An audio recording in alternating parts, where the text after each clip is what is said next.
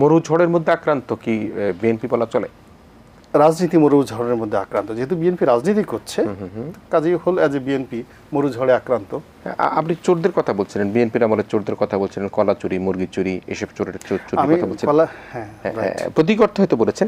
এই চোরদের মধ্যে বলছেন যে কারো অর্থ হয়তো বা শিয়ালে খেয়ে ফেলেছে, কেউ অর্থ নিজের অর্থ নিজেই নষ্ট করে ফেলেছে, আবার কেউ অর্থ দেশ থেকে নিয়ে পালিয়ে চলে গিয়েছেন।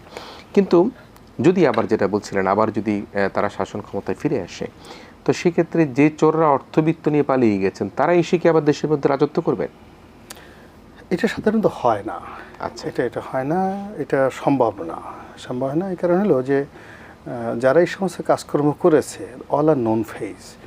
এখন ধরেন বিএনপির অনেক লোকের নাম আপনি নিতে পারবেন, আমরা নিতে পারবো, কিন্তু আওয়ামী লীগের যে সমস্ত দাগি আসামি আছে, একেবারে সেই যে কয়েকদিন আগে একটা জল্লাদ ছাড়া পেল না, অনেকগুলো মার্ডার ঠাডার করে এক জল্লাদ, তো এরকম অর্থনৈতিক জল্লাদ বর্তমান জামানাতে আছে।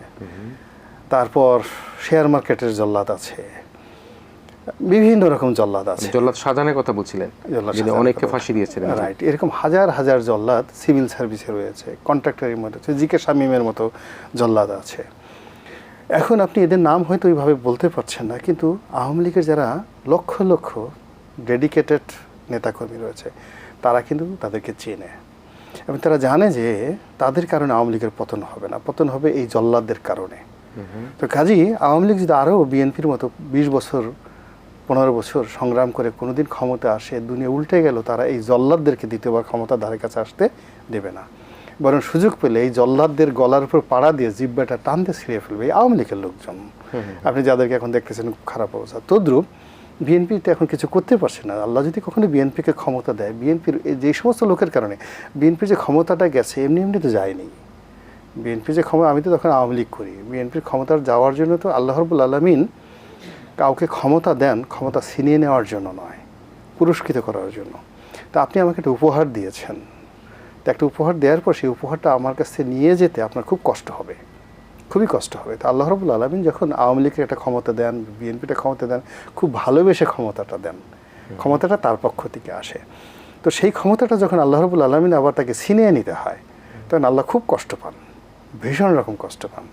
তখন এই যে বিএনপির যে ক্ষমতায় গেছে এটার পিছনে রিজন আছে, দেয়ার ইজ মেনি রিজন।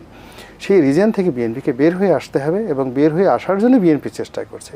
তো যাদের কারণে এই বিএনপি ক্ষমতাচ্যুত হয়েছে, তো যতক্ষণ পর্যন্ত বিএনপির নেতৃত্বে যদি ওই লোকদের প্রভাব যতক্ষণ পর্যন্ত থাকে, কিয়ামত পর্যন্ত এই লোকগুলো বিএনপি ক্ষমতা আসতে পারে না। কারা যাদের এই প্রভাব, তারা কারা যাদের কারণে বিএনপি ক্ষমতা হারিয়েছে? না না না, যাদের কারণে আপনার নাম বলার দরকার নাই, যারা দুর্নীতি করেছে, অন্যায় করেছে, দলকে ভুল পথে পরিচালিত করেছে, জনগণের হক আমানত, অর্থাৎ এখন আওয়ামী লীগ যে কারণে আওয়ামী লীগ ক্ষমতা হারানোর জন্য মানুষ দোয়া করছে। আওয়ামী লীগের জন্য তো বলছে যে আল্লাহ আওয়ামী লীগের অমুকলে বেহেশত দিয়ে দাও, দরকার হলে জান্নাতুল ফিরদাউস দিয়ে দাও, কিন্তু ওর অত্যাচার থেকে আমাদেরকে বাঁচাও। এরকম তো অনেক লোক দোয়া করছে। এরকম দোয়া তো বিএনপির আমলেও অনেক লোক করতো। তো তাই যদি হয় তাহলে একটু বোঝার চেষ্টা করুন যে কোনো ব্যক্তিকে আপনি মেনশন করার দরকার নাই যে ওর নাম লেদু, ওর নাম গেদু, ওর নাম ধলা, ও এই কাজ করছে বলার দরকার নেই। মূল জিনিস হলো জনগণের হক তারা আদায় করেনি, খেয়ানত করেছে।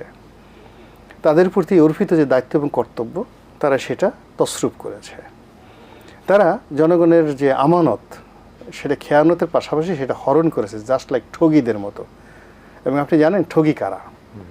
ঠগী হলো ভারতবর্ষে মারাঠাদের মধ্যে একটা গ্রুপ ছিল যারা মানুষদেরকে প্রতারণা করতো, ভালো মানুষের স্রোত ধরে প্রতারণা করতো। নারী এবং পুরুষের বিরাট একটা গ্যাং ছিল। প্রতারণা করে এরপর আপনাকে একটা জালের মধ্যে নিয়ে আপনাকে ডাইরেক্ট মেরে ফেলতো, মেরে ফেলে আপনার সব কিছু ছিনিয়ে নিত। And this group of people is called ঠগী।